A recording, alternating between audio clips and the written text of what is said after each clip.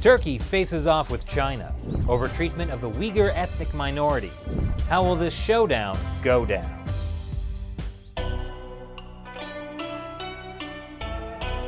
This is China Uncensored. I'm Chris Chappell. Subscribe to our YouTube channel for the latest China news, and click the notification bell so you get an alert each time we publish a new episode. The Uyghurs. They're the dominant ethnic minority in the Xinjiang Uyghur Autonomous Region of China. That's its official name because it's totally autonomous. You know, other than the massive state security apparatus the Chinese Communist Party has installed in Xinjiang. The security here is incredibly tight. There are armored cars on the street, police stations on every corner, and tons of surveillance cameras. In the past year, police have stepped up security. The region is now under what's probably the most intense government surveillance in the world. Not to mention the government workers literally being sent into people's homes to spy on them. I mean, who doesn't like being watched 24/7 with the threat of detention hanging over your head at all times? I can't imagine why any Uyghurs would want independence from China. For years, the Chinese Communist Party has targeted the Uyghurs. They're a mostly Turkic Muslim group, so the party justifies it as a crackdown on terrorists. And it is true some Uyghurs from Xinjiang have joined terrorist groups like ISIS. But authorities have detained more than 1 million Uyghurs in concentration camps. So that makes you wonder, do Chinese authorities think all Uyghurs are terrorists? Well, that would be taking it too far. Chinese authorities clearly don't think all Uyghurs are terrorists. For instance, Uyghur women make great wife material. Since, there are about 30 million more men than women in China, it's because of the extremely well thought out one-child policy that resulted in the abortions of tens of millions of unborn girls. Now, many Western countries have spoken out against the persecution of Uyghurs, including the Trump administration. Because when you think defending Muslims, you think Donald Trump. And Speaker of the House Nancy Pelosi just last week said that she spoke with Secretary of State Mike Pompeo about doing more to help the Uyghurs. More proof of how the Chinese Communist Party is bringing Democrats and Republicans together. It's heartwarming, really. But in the upside-down world we live in, Muslim countries, by and large, have remained silent about the Chinese regime's treatment of Muslims. Does that have anything to do with the billions of dollars China is investing in these countries? I'm not saying it's about money, but I'm not saying it's not about money. Think about that. But the Muslim world's silence on the Chinese regime's persecution of Muslims has started to change, and it has started with one of the most unlikely countries, Turkey. Because when you think standing up to authoritarian persecution, you think Turkish dictator President Erdogan. Turkey has become the first predominantly Muslim country to directly criticize the Chinese regime on the issue. This statement is from the Turkish Foreign Ministry. It specifically calls out the serious human rights violations committed in the Xinjiang region. The statement was made despite a recent $3.6 billion loan from a Chinese state-owned bank. The statement also grieved the death of a famous Uyghur musician and poet, Abdurehim Heyit. He's been detained in China since 2017. Heyit is incredibly popular in the Turkic world for his art. So, what was the Chinese regime's response? The report of his death was greatly exaggerated. China released this video, supposedly of Heyit, saying, "Hey, I'm fine." My name is Abdurehim Heyit. Today is February 10th, 2019.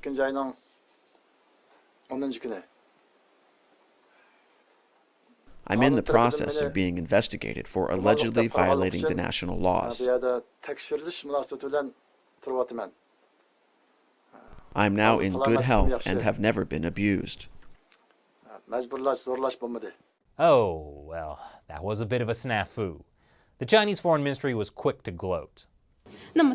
Turkey's ridiculous lie of describing a person who is alive as a dead person and its groundless accusations are terribly wrong and irresponsible. We express resolute opposition to this. Yeah, how dare Turkey call someone dead when that person is obviously alive, but held incognito with his whereabouts unknown? Although, if a government has to release a proof of life video to prove that they haven't killed someone, that's not a good look. It's more of a kidnapper look.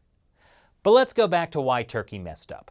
Because obviously if that specific fact was wrong, then the entire argument that China is persecuting Uyghurs must be false too. At least according to this statement from the Chinese embassy in Turkey. The allegations that the Chinese government is trying to eliminate the ethnic, religious, and cultural identity of the Uyghurs and other Muslim groups are completely untenable. So please stop looking into any alleged stories of torture, like this one. But it was a short-lived victory for the Chinese regime, because you know what the response from Uyghurs around the world has been? Well, if the Chinese authorities are willing to release a video of one Uyghur as proof he was alive, why not release one for every Uyghur in detention? They started the hashtag #MeTooUighur movement, demanding video proof that their detained friends and relatives are alive. A Uyghur Me Too movement. Look, you know, not all Chinese people imprison Uyghurs. In fact, some Uyghurs even fake it. Some Uyghurs just accidentally fell down the stairs into concentration camps, while in the process dropping their children into faraway Chinese boarding schools where they're forbidden from speaking their native language. Look, what I'm trying to say is stairs are dangerous and stop asking questions. So, what does this mean for Turkey's relationship with China? Turkey hasn't officially responded since China released the video they say is of Heyit. But according to the Mercator Institute for China Studies, Turkey is too important for China as an access point to the Middle East. So the long-term blowback will probably be small. And before we go, now is the time when I answer questions from you, my loyal 50-cent army, fans of the show who support what we do through the crowdfunding website, Patreon. David Michael White asks, Chris, in your opinion, what's the greatest love story in Chinese literature? Oh, well, I'm sure the right answer is probably the characters from Dream of the Red Chamber, one of the 4 classics of Chinese literature. It involves 2 star-crossed lovers bound together by a tragic karmic relationship. And let me just say, what I just said makes it sound way more interesting than it actually is. Now I know I'm going to get some blowback for this, because Dream of the Red Chamber is beloved by Chinese people everywhere.